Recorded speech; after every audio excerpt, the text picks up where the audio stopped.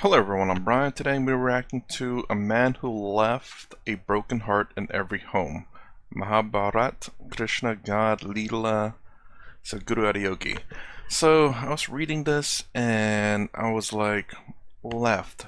So I don't think the person who wrote this, it actually has pretty good English, but just kinda, there's certain words that has like multiple meanings. And this is one that I guess it could be interpreted both ways. But I was thinking like, he left something like he has an item and he leaves it. But I suppose that I'm wondering which way he meant it. I don't think he meant it leaving, like literally leaving a broken heart, but probably as he leaves that people are brokenhearted because the person left. So anyways, let's go and get started. I thought this was pretty interesting. Sikandin, a tortured human being, because of a certain situation within himself right from his child. This is an absolutely tortured soul. So Sikandin said, Krishna never gave me any hope, but when he is there, the breeze of hope touches everybody. Leela does not mean just dancing with somebody. You're willing to dance with death, you're willing to dance with life, you're willing to dance with your enemy, you're willing to dance with the one whom you love.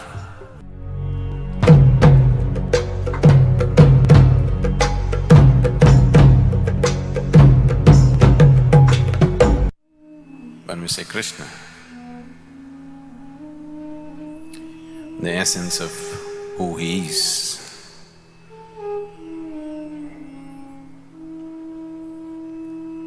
he is an irrepressible child, a terrible prankster, an enchanting flute player, a graceful dancer, an irresistible lover, a truly valiant warrior, a ruthless vanquisher of his foes, a man who left a broken heart in every home.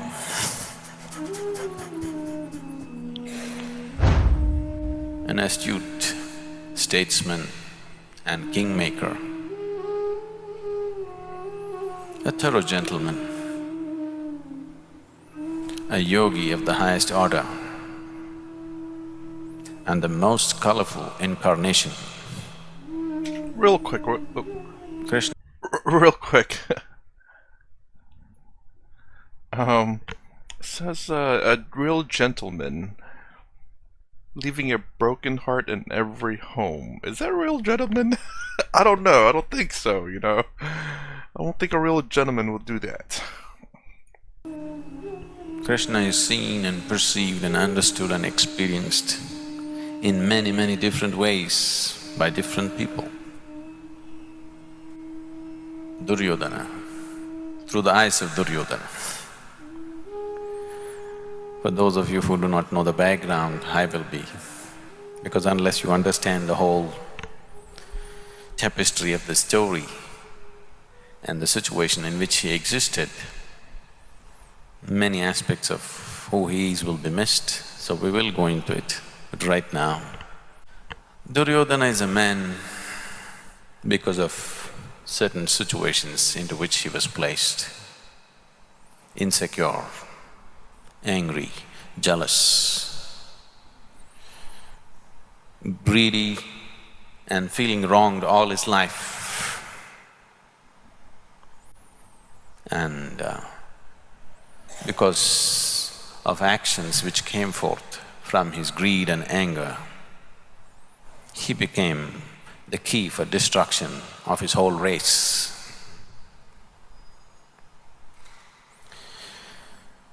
In Duryodhana's words, he is a smiling rogue, if there was ever one. He can eat, he can drink, he can sing, he can dance, he can make love, he can fight, he can gossip, with old women, play with little children. Who says he is God? That's Duryodhana's perception. Shakuni, the very embodiment of deception and cunning. Shakuni says, let us suppose he is God. So what? What can a God do? God can only please those devotees who please him. Let him be God. I don't like him. And when you don't like somebody, you must praise them. That's deceit. Radhe,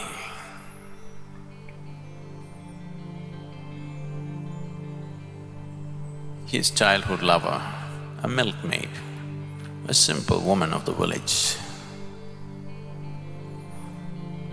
But with such unfaltering love and devotion, she has become so big that today you cannot talk of Krishna without Radhe.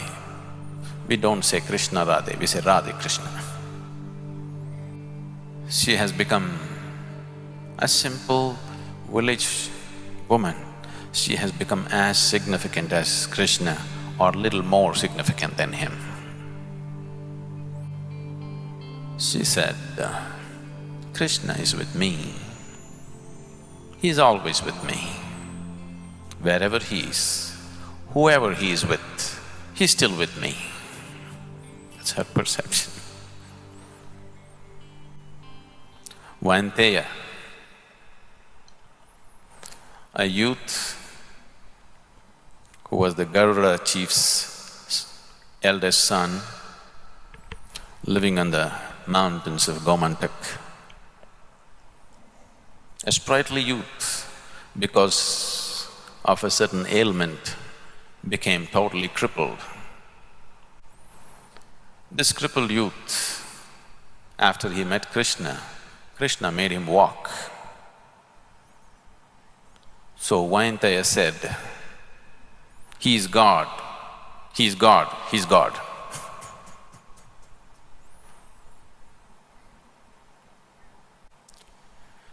Akrura, an uncle of Krishna, a wise and saintly being,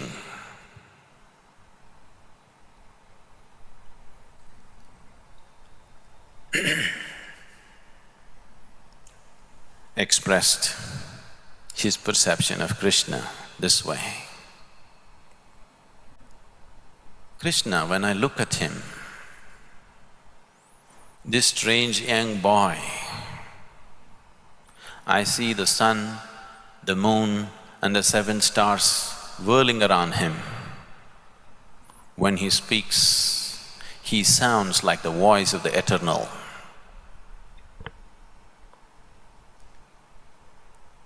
He's the hope. If there is hope in this world, he's the hope. Sikandin,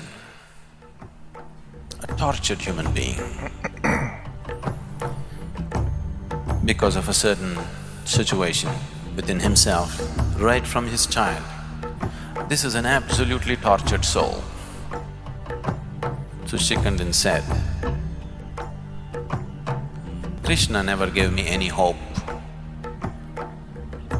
but when he is there, the breeze of hope touches everybody.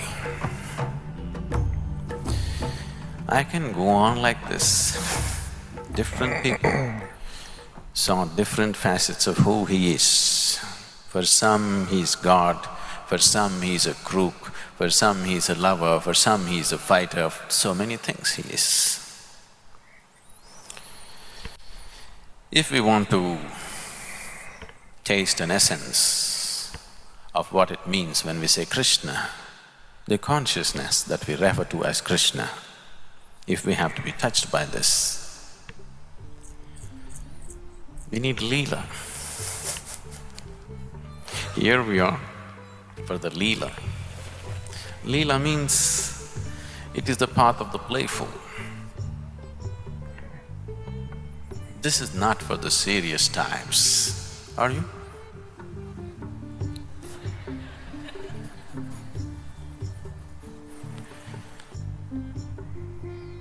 Because when I say playfulness,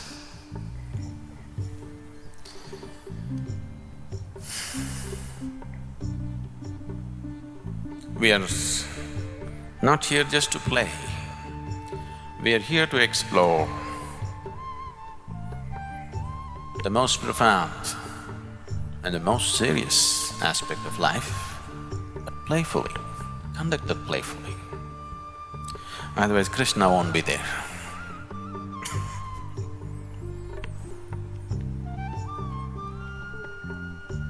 The reason why the most profound dimensions of life have been missed by the vast population in the world is because they do not know how to be playful. If you want to explore this path playfully, if you want to be playful, you need a heart full of love, a joyful mind, and a vibrant body. Otherwise, there's no Leela. If one has to explore the most profound dimensions of life in a playful way, they must be willing to play with their awareness, with their imagination, with their memory, with their life, with their death. They're willing to play with everything. Only then, Leela. Leela does not mean just dancing with somebody. You're willing to dance with death, you're willing to dance with life, you're willing to dance with your enemy, you're willing to dance with the one whom you love.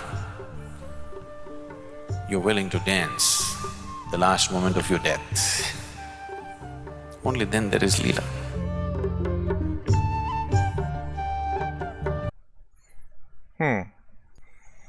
Okay, so I'm not exactly a man who left a heartbroken heart in every home.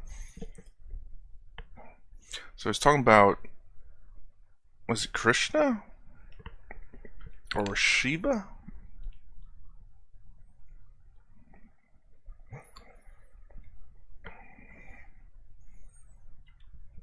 But that's kind of interesting here. Look, Human being. this person, Shikandini, a girl, Shikandi, was raised as a male by King Drupada, and Because later, of a certain situation. and later, prior to her marriage, she exchanged genders with Yaksha and took on the name Shikandi, which remained a man until Within his himself, death, right the from Battle his of Mahabharat. Ooh, that is interesting.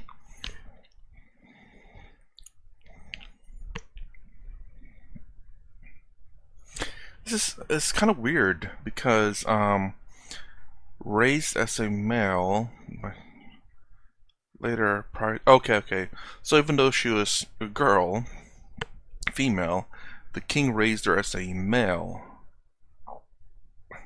But I'm guessing that she's still female at the time. Well, presumed to be a woman. Marriage, she exchanged genders with Yaksha. I wonder why. I'm kind of curious about this one now. Well, anyways, I don't know if this Krishna ever gave me any hope. I'm sorry, I thought it might have been Shiva, but because I've always associated Shiva with blue because I've always seen Shiva in blue. Okay, so Krishna. So anyways, I'm not exactly sure how to understand this whole story, but as I now think about it a little bit more, it's about Krishna and about how he was very good at a lot of things. And now the comment about a man who left a broken heart in every home, well, it depends on how you interpret that, but Sadhguru did laugh after he said that. One can assume that, if it's a gentleman, then he went in there and just denied, because the women wanted to be with him and he denied it. Or the other thing. I don't know which one it is. Sadhguru laughing made it seem like it's the other thing, but, I don't know. I was trying to figure out what this is about. So it is about Krishna now that I see it from that perspective. A lot of it starts to make sense. But it said a man who left a broken heart in every home. I thought it was like I believe Krishna is considered to be a deity, is he not, or an avatar? I'm not exactly sure. Again, I don't watch too many, or should I say, I haven't studied too many Hindu gods, and I can't remember. There's the three, Brahman being I think, I don't know if it's lower or not, Brahman, because there are infinite number of Brahmins, but there are two I say greater because there's only one of them. I think Shiva's one. Is it Vishnu then? Again, I haven't really studied up too much on it. I know Shiva being, I believe, one of them. Can't remember if Arjuna and Krishna. Is Krishna just a regular human being? Anyways, so now a lot of this starts to make a little bit of sense. He is hope. Shakti. He's not giving me hope.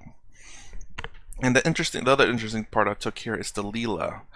I remember people talking about that. I don't believe I've reacted to any video explaining about Leela specifically. I think they talked about it. Leela is this. Here's my understanding of what Leela is. Correct me if I'm wrong. Is that it's this world. Maya itself is Leela, a play. That's all fake. It's just a play of Brahma, I believe, including the gods. I believe are all part of the Leela. All part of this play, and I guess what he's trying to say towards the end there is that it's not Leela if you don't play with everything. And I'm wondering if he means there that if any of it to you is real, then it's not a play. In order for it to be Leela, you have to believe in everything to be a play. Understand everything to be a play, otherwise it's not Leela. Now, I don't have a deep understanding of Leela other than it's a play, so what he's trying to get there is like very much an interpretation of what Leela is meant to be. And if you don't understand what a Leela is, or if you don't understand that everything is a Leela, then it is not a Leela as opposed to you. Meaning that it's real, not a play. Like the example he gave was a dance. With their Awareness with their imagination, with their memory. imagination, with their memory, with their life, with their death. They're willing to play with everything. Only then you're willing to dance with death. Right there. You're willing to dance with death. You're willing to dance with life. You're willing to dance with your enemy. Because if you're not willing to do that, you have this idea that it's not a play. I think this thing, and just that one other interesting thing is kind of interesting, at least because I understood this a little bit and understood what Leela was to a very small degree. And the fact that if you're not willing to do any of these things, then it's not Leela to you, not a play. Again, I'm going based on my understanding of this. If I'm wrong in any of this about what a Leela is, probably everything I'm saying right now is garbage. But essentially, I think this also goes along the line with enlightenment as well, because if you are enlightened, then you understand Maya as a falseness, and Leela being one of that thing as well, I believe. Again, I don't know if I'm mixing two things up together, but that's how I'm understanding it so far. And then when you're enlightened, you understand that things are false. You know who your true self is, so therefore everything, in a sense, is like a play. So when everything's at play, you're willing to dance with death, you're willing to dance with life, enemies, friends, foe, whatever. Because it's all a Leela. Let me know if I understood that correctly. I probably have to watch it again now that I understand it's strictly about Krishna. Because it confused me a bit whenever we talked about this person. I thought this person was the person that a man who left brokenhearted in every home. So when it talked about Krishna, I thought, like, okay, maybe Krishna had something to do with it, but no. So I was kind of confused going throughout this entire thing, but I thought this story is very interesting. And then the last part about the Leela. Anyways, that's my reaction to A Man Who Left a Broken Heart in Every Home. If you like my content, please consider subscribing, thumbs up, thumbs down, down below. Thanks for watching. I'll see you in the next vid.